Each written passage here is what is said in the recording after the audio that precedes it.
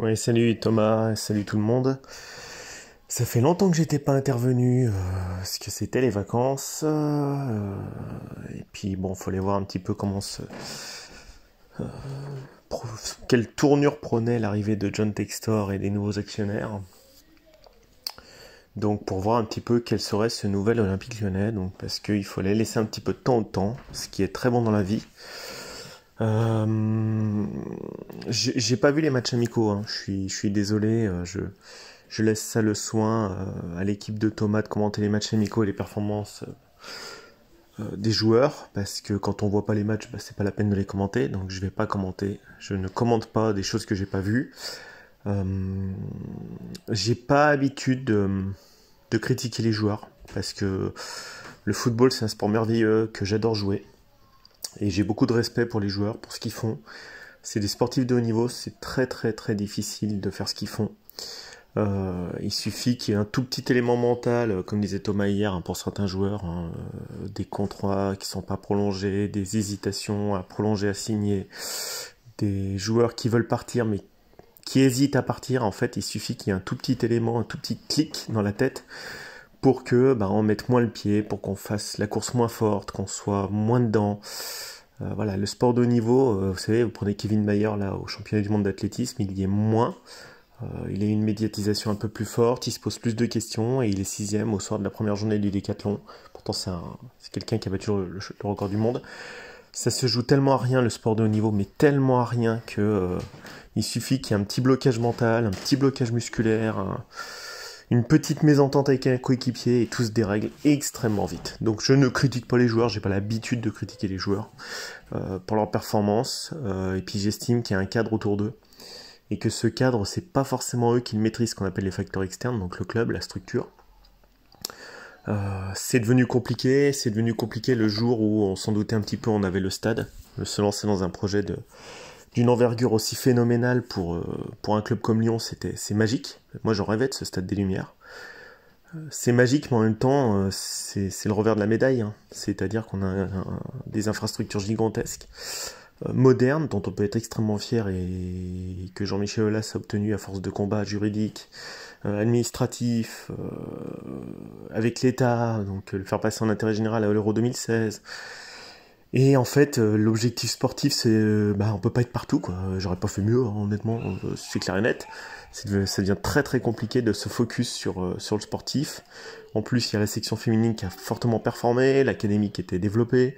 Donc, à force de courir 30 chevaux, celui qui marchait bien, malheureusement, l'équipe 1 masculine, hein, jusqu'en 2008, le projet se change, voilà, on prend des directions qui sont plus ou moins heureuses, puis à la fin, on peut se retrouver, comme Bordeaux, champion en 2009, et puis derrière en Ligue 2, quoi. Enfin, ça va très très vite. Il suffit que ça soit un chemin un peu tortueux qu'on prenne, sinueux et tortueux, et la nationale qu'on croyait sécurisée n'est plus la nationale sécurisée. Voilà. Donc après il y a des facteurs exogènes, l'arrivée des Qataris, le renforcement de Marseille avec McCourt, voilà, donc après on croit qu'on est toujours troisième alors qu'en fait on est devenu 5 ou 6e en termes de performance sportive et d'effectifs. Et c'est pas une honte, hein, loin de là, hein, c'est un club professionnel, mais on se retrouve avec un budget qui est plus gros que ce qu'on peut faire sportivement. Voilà. Donc forcément on est amer, on s'énerve, on parle dans tous les sens, et puis voilà. Après, les joueurs, ils se posent des questions. Ils ont des très bons salaires et c'est quoi leur projet? Et je pense qu'ils savent pas la plupart et je saurais pas mieux qu'eux parce que à 20 ans gagner des centaines de milliers d'euros, je pense que il y a personne qui l'a fait et je n'exonère pas. Mais c'est le maillot, c'est plus que c'était dans les années 70, mais pour tout le monde. Aujourd'hui, on peut faire comme Florian Thauvin l'a fait par exemple à un moment, euh, être dans un club comme Bastia, signer au début du mercato au LOSC et partir pour 15 millions en fin de mercato à Marseille.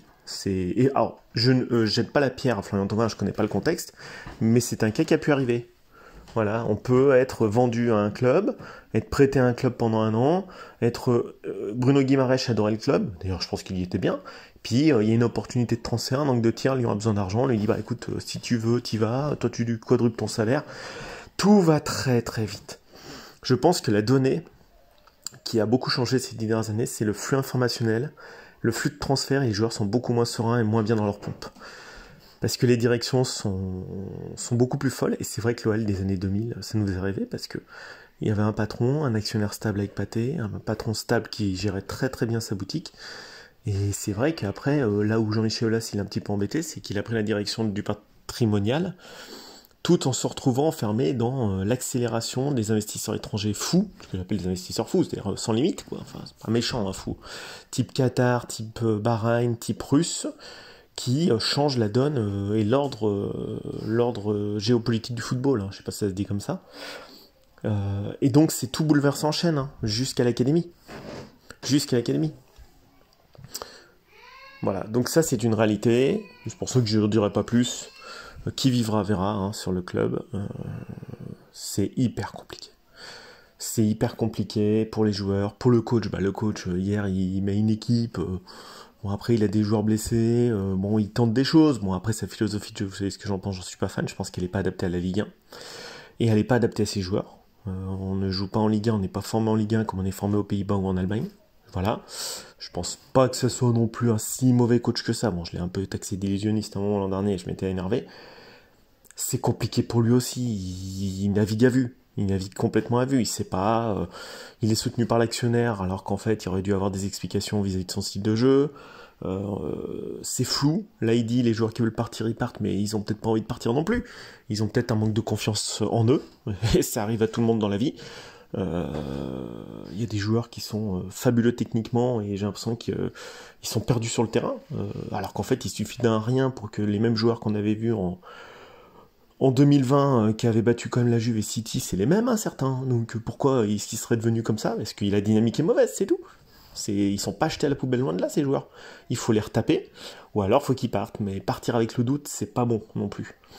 Donc ça fait encore plus malice quand c'est des joueurs nés à Lyon et qui sont du cru, parce que les voir dépérir comme ça, se perdre dans le football, s'énerver et tout, il y a peut-être besoin, moi j'ai un bouquin, hein, je sais pas si ça peut aider, à mon échelle, ça s'appelle La méthode Target, c'est Christian Target qui est un grand spécialiste de la préparation mentale. Peut-être qu'il devrait venir comme Yannick Noah l'avait fait avant la finale de Coupe des Coupes, la C2, entre le Rapide de Vienne et le PSG. Il était intervenu lors du stage du PSG à la demande de Luis Fernandez. Et en attendant, Yannick Noah, après on pense qu'on veut de l'homme, hein, moi j'aime beaucoup, c'est un magnifique facteur motivationnel, cet homme.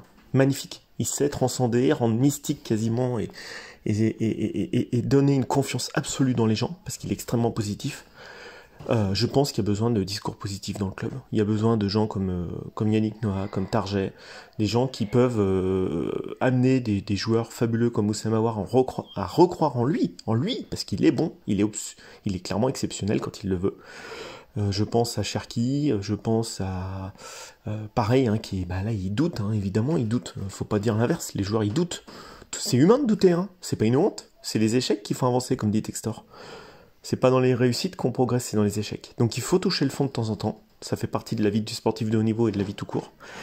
Et je pense que des joueurs et des intervenants externes sur le long terme qui viennent au club, bon, ça coûte peut-être un peu d'argent, hein. C'est ce qu'avait dit Thomas, des préparateurs mentaux professionnels type Yannick Noah ou Christian Target pour les plus connus, hein. Après je connais pas tout le monde dans ce milieu, ça peut être vraiment, vraiment révolutionnaire pour les joueurs. Voilà. Il y a d'autres joueurs, hein, Pollersbeck qui garde trou, c'est pas normal, c'est un bon gardien, c'est pas possible. Boateng, pareil, dans sa tête il y a un truc qui coince, on peut pas... En fait, il suffit que la dynamique se renclenche dans le bon sens pour tout le monde et tout va mieux. Voilà, je suis peut-être un peu naïf, j'ai envie d'y croire. Voilà, bon, après, il suffit qu'une personne bien vienne dans le club aider tout le monde et tout le monde peut s'en sortir par le haut. Voilà. Après, faire jouer des jeunes à des postes qui sont pas les leurs, moi je suis pas fan. Le petit Deep que je connaissais pas, c'est un ailier de formation. Jouer ailier droit ou jouer arrière gauche, c'est comme demander à un avant-centre de jouer à défenseur central, quoi. Enfin, c'est pas possible. C'est pas possible au haut niveau, surtout sur des premiers matchs. Le jeune, il est sorti, bon, il fait bonne figure. Il sauve la face devant les caméras, mais honnêtement, je pense qu'il a pleuré le soir, quoi. Enfin, je pense qu'il a pleuré, parce que tu commences ton premier match pro, t'as la tête à l'envers, quoi. Voilà. Donc c'est pas leur rendre service, même Oussama Aouar en 6, c'est pas son poste, c'est un 8, c'est un vrai 8, un beau relayeur.